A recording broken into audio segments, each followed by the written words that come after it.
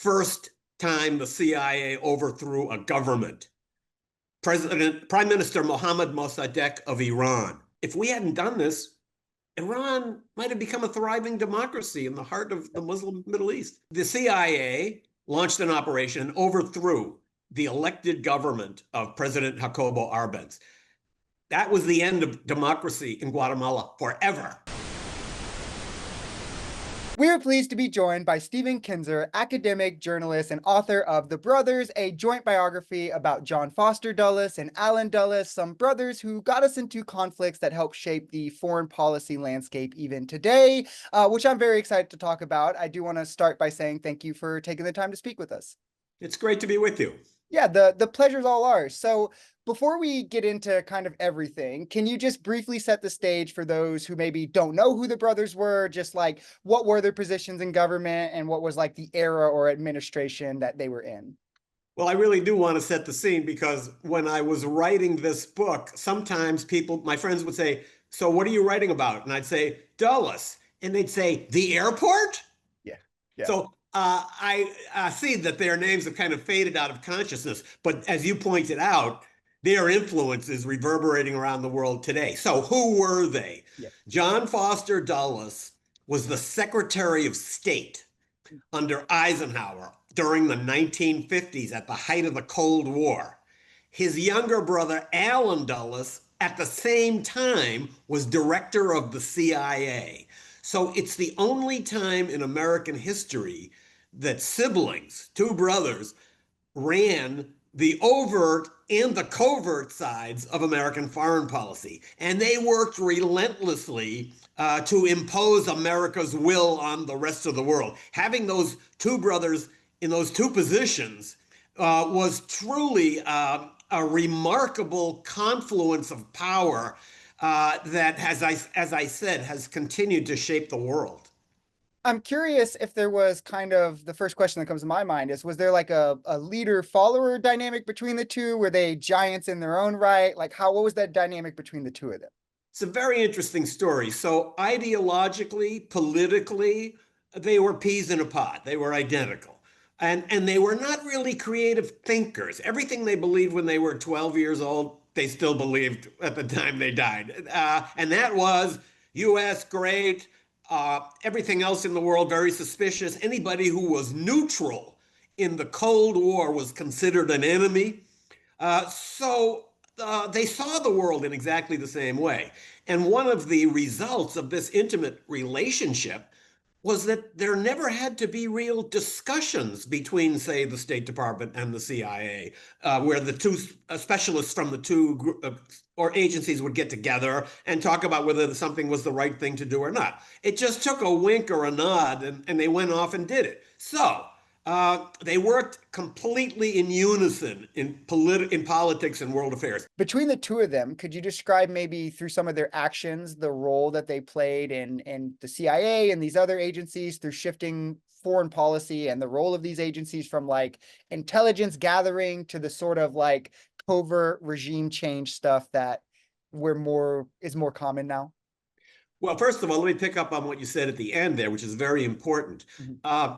All the American intelligence agents, when the CIA was formed, greatly looked up to the British Secret Service, the MI6. That was their model. However, when they started the CIA, they broke completely with the solid tradition of the British. So the British Secret Service always maintained the principle that there has to be a complete separation between the analysts who decide whether operations should be launched, and then on the other side, the covert operatives.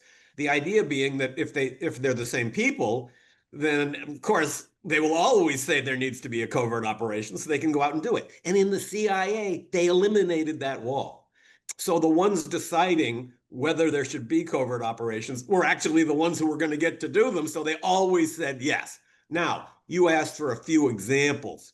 Mm-hmm. So there are so many, and I have chapters about these in each operation is a chapter in The Brothers. So just to give a quick rundown, first time the CIA overthrew a government, Prime Minister Mohammad Mossadegh of Iran, 1953. Iran was an incipient democracy. It began to return to its democratic constitution after the Second World War. Unfortunately, because it was a democracy, Mossadegh had to respond to the popular will. And the popular will was overwhelmingly focused on one thing, which is we got to get our oil back. Iran is sitting on an ocean of oil, but it was all owned by the British. So Mossadegh nationalized Iranian oil, and that set in motion the process by which he was overthrown. And it wasn't just the overthrow of one guy, it was the end of Iranian democracy, because that led to 25 years of royal dictatorship and then now more than 40 years under bitterly anti-American mullahs. So everything you're seeing in Iran stems from the 1953 coup. You can hardly wrap your mind around the idea that if we hadn't done this, Iran might have become a thriving democracy in the heart of the Muslim Middle East. And what effects that might have are really something to think about. Now, only 1 year later, thrilled with the success in Iran, Alan Dulles and his CIA friends, with intimate support from older brother Secretary of State Dulles, focused on Guatemala, another country where the leader tried to stay out of the Cold War. I don't want to take sides between Moscow and Washington. The CIA and the State Department hated that. And then, of course, there was a little detail that the Guatemalan government was in conflict with the United Fruit Company, which had immense contacts in the White House and throughout the US government. So the CIA launched an operation and overthrew the elected government of President Jacobo Arbenz. That was the end of democracy in Guatemala forever, just like in Iran. And in Iran, it also set off a horrific civil war that wound up killing some 200,000 people, mostly Mayan Indians, civilians, more people than were killed in political violence in all the rest of Latin America combined during that period. You can go on through the attempts to foment civil war in Indonesia, the plot that ultimately resulted in the overthrow of Patrice Lumumba in the Congo. These were all Dulles projects. But let me mention one more in particular, and that is Vietnam. So we think of the Vietnam War as being fought in the 60s and 70s, but actually the seeds were planted by the Dulles brothers in the 1950s. In 1954, there was a conference in Geneva to decide the future of Southeast Asia. And Ho Chi Minh and his nationalist communists had just won a huge victory. It was clear that they were they were on the march, and that Ho Chi Minh was the hero of Vietnam. So everybody around the table, in some cases quite reluctantly, agreed on a formula by which Vietnam would be divided between a North and a South for 2 years. And at the end of those 2 years, there would be an election in the whole country, and whoever won would become the president of the United Vietnam. Mm-hmm. But 2 years, so John Foster Dulles was at that conference. He represented the United States. As soon as it was clear what was happening, he got up and left. It's the only time in American history that a Secretary of State has gotten up and stormed home.